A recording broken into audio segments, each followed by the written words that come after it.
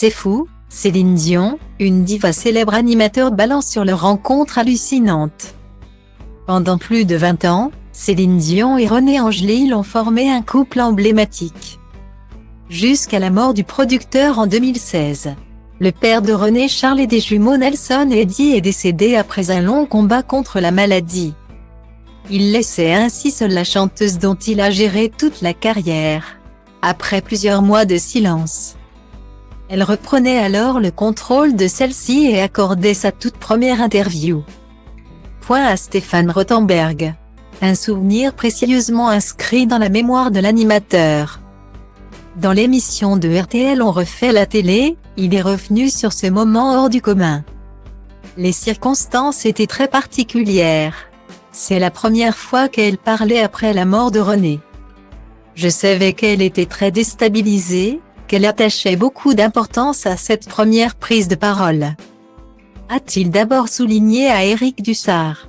Mais ce qui l'a surtout marqué à l'époque, c'est le protocole mis en place pour assurer la sécurité de Céline Dion et pour lui faciliter la tâche. Littéralement sur tout et n'importe quoi. C'est fou parce qu'elle n'ouvre quasiment jamais une porte. Elle n'appuie jamais sur un bouton d'ascenseur, c'est comme Elton John, c'est pareil. Lorsqu'elle arrive, l'ascenseur est bloqué ouvert, comme ça elle n'a pas à attendre.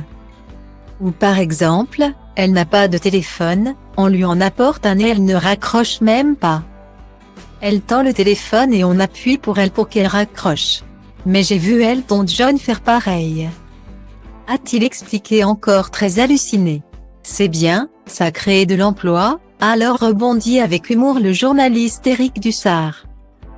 Stéphane Rothenberg s'est également remémoré ce moment où, après avoir rencontré la superstar à Las Vegas, il l'a retrouvée à la sortie de son hôtel. Et là encore, les équipes de Céline Dion étaient d'une aide improbable. Elle salue des gens et on lui dit à l'oreillette qui sait, elle a un souffleur.